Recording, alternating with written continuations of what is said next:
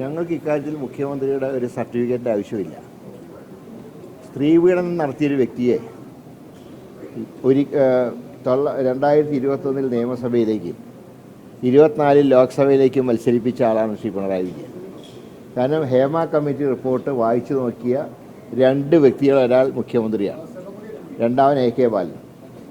സ്ഥാനാർത്ഥി 21 വീണ്ടും അതേ മുകേഷിനെ സ്ഥാനാർത്ഥിയാക്കി വിജയിപ്പിച്ചു.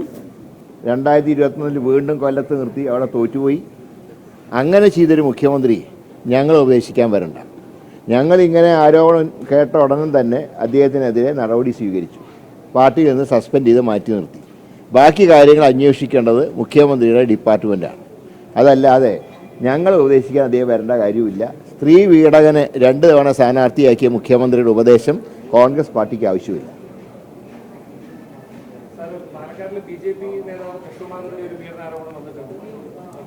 ഞാനൊരു കാര്യം പറയുന്നത്, ഇങ്ങനെ ഒരു കേരള രാഷ്ട്രീയം ഒരു A സർട്ടിഫിക്കറ്റിലേക്ക് പോകരുതെന്നാണ് എൻ്റെ വ്യക്തിപരമായിട്ടുള്ള അഭിപ്രായം. കാരണം രാഷ്ട്രീയക്കാരെക്കുറിച്ചൊരു മോശം അഭിപ്രായം ഉണ്ടാവും. എല്ലാ ഭാഗത്തുനിന്നും ഇങ്ങനെ പരസ്പരം ഈ രീതിയിൽ ആരോപണങ്ങൾ വരുന്നത് രാഷ്ട്രീയത്തിന് ഭൂഷണമല്ല. അതുകൊണ്ട് ഈ വിഷയത്തിൽ എനിക്ക് പറയാനുള്ളത്, ഈ സാമ്പത്തിക ആരോപണം ഉന്നയിക്കാം, അതൊക്കെ പതിവുള്ളതാണ്. സർക്കാരിനെതിരായിട്ട് ഒരുപാട് കാര്യങ്ങൾ പറയാനുണ്ട്. ഇതല്ലാതെ ആരൊക്കെ എവിടെയൊക്കെ മതിലയാടി എന്നുള്ളതിനെക്കുറിച്ച് ഒരു ചർച്ച നടക്കുന്നത് തന്നെ മോശമാണ്. ജനങ്ങളുടെ ഇടയിൽ പ്രത്യേകിച്ച് ഇന്നത്തെ ഒരു യങ് ജനറേഷന് അല്ലെങ്കിൽ തന്നെ രാഷ്ട്രീയത്തിനോട് താല്പര്യമില്ല. ഇനി നാളെ ഇങ്ങനെയുള്ള വാർത്തകൾ കേട്ടാൽ, ഇപ്പം ഞാൻ പറയാം, ഒരു നിഷ്പക്ഷമതി ചിന്തിക്കുക എങ്ങനെയാണ്. പാലക്കാട് മത്സരം പീഡകന്മാർ തമ്മിലായിരുന്നു എന്നൊക്കെയുള്ള ചിന്താഗതി വരുന്നതിനെ മോശമല്ലേ?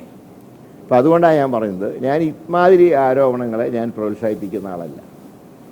ശ്രീ രാഹുൽ മാങ്കൂട്ടത്തിൽ MLA ആണ്. ആ MLA എന്നുള്ള നിലയ്ക്ക് അദ്ദേഹത്തിന് ജാഗ്രത കുറവുണ്ടായി, തെറ്റ് സംഭവിച്ചു എന്നാണ് വരുന്ന റിപ്പോർട്ടുകളിൽ നിന്ന് മനസ്സിലാകും.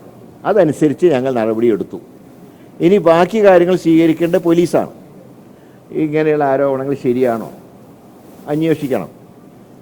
അപ്പോൾ കുറ്റം ആരോപിക്കപ്പെട്ട ആൾക്കും അദ്ദേഹത്തിൻ്റെ നിരപരാധിത്വം തെളിയിക്കാനുള്ള ഒരു അവസരമുണ്ട്. അത് തെറ്റാണെങ്കിൽ Rahul Mamkootathil defamation suit file ചെയ്യണം. ഇത് രണ്ടും ഇല്ലാത്തിടത്തോളം കാലം അദ്ദേഹത്തിനെ സംരക്ഷിക്കേണ്ട ഒരു ബാധ്യതയും ഞങ്ങൾക്കില്ല. അപ്പോൾ അതിൽ പാർട്ടി സ്റ്റാൻഡ് വളരെ ക്ലിയറാണ്. പക്ഷേ മുഖ്യമന്ത്രി സ്വയം പുണ്യവാണജമയാൻ നോക്കുക. അദ്ദേഹം പറയേണ്ട ഒരു മറുപടി, എന്തുകൊണ്ട് ഈ ഹേമ കമ്മിറ്റി റിപ്പോർട്ട് വായിച്ച മുഖ്യമന്ത്രി ഒരിക്കലല്ല 2 തവണ മുകേഷിനെ സ്ഥാനാർത്ഥിയായി? മാത്രമല്ല, ഒരു സ്ത്രീയോട് മോശമായി സംസാരിച്ചതിൻ്റെ പേരിൽ മന്ത്രിസ്ഥാനം പോയൊരു വ്യക്തിയെ രണ്ടാമതും ക്യാബിനറ്റിലേക്ക് എടുത്തു. അദ്ദേഹത്തിൻ്റെ സെക്രട്ടറിയെക്കുറിച്ചുള്ള കാര്യങ്ങളെക്കുറിച്ചൊന്നും ഞാൻ പറയുന്നില്ല. അപ്പോൾ ഇക്കാര്യത്തിൽ ഞങ്ങൾ ഉപദേശിക്കാൻ മുഖ്യമന്ത്രി വരണ്ട. അദ്ദേഹത്തിൻ്റെ ഉപദേശവും ഞങ്ങൾക്ക് ആവശ്യമില്ല.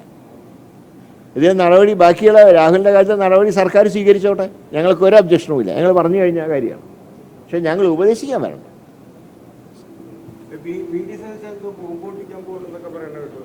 അല്ല, അത് വരുന്നുണ്ട്. അത് ഇങ്ങനത്തെ ബോംബൊന്നുമല്ല. ഇപ്പോൾ ചില പത്രത്തിൽ ചില ചാനലിൽ ഞാൻ കണ്ടു, സതീശൻ്റെ ബോംബാണ് കൃഷ്ണകുമാറിനെതിരെ. അങ്ങനത്തെ ചീള് കേസുള്ള ബോംബൊന്നുമല്ല. സർക്കാരിനെ കുറിച്ച്, സർക്കാരിൻ്റെ അഴിമതികളെക്കുറിച്ചുള്ള കാര്യങ്ങളാണ്. അത് പുറകെ വരും. അല്ലാതെ ഇന്നലെ പറഞ്ഞ ബോംബും ഇന്നത്തെ ഇതും തമ്മിലൊരു ബന്ധവുമില്ല. ഈ പറഞ്ഞ കേസൊക്കെ ഞങ്ങൾ പാലക്കാട് ഇലക്ഷൻ കാലത്ത് ഞങ്ങളും കേട്ടിരുന്നു. പക്ഷേ ഞങ്ങൾ പറഞ്ഞു ഇങ്ങനത്തെ വിഷയങ്ങളല്ല ചർച്ച ചെയ്യേണ്ടത്, ഇലക്ഷന് രാഷ്ട്രീയമാണ് ചർച്ച ചെയ്യേണ്ടതെന്ന് ഞങ്ങൾ അന്ന് തന്നെ പറഞ്ഞു. അതിന് ധാരാളം വരാണ്ട്. അത് പൊട്ടുമ്പോഴല്ലേ അറിയുള്ളൂ. അല്ലാതെ ഇന്ന് പൊട്ടാൻ പൊട്ടിയതിന് ശേഷം പറയും.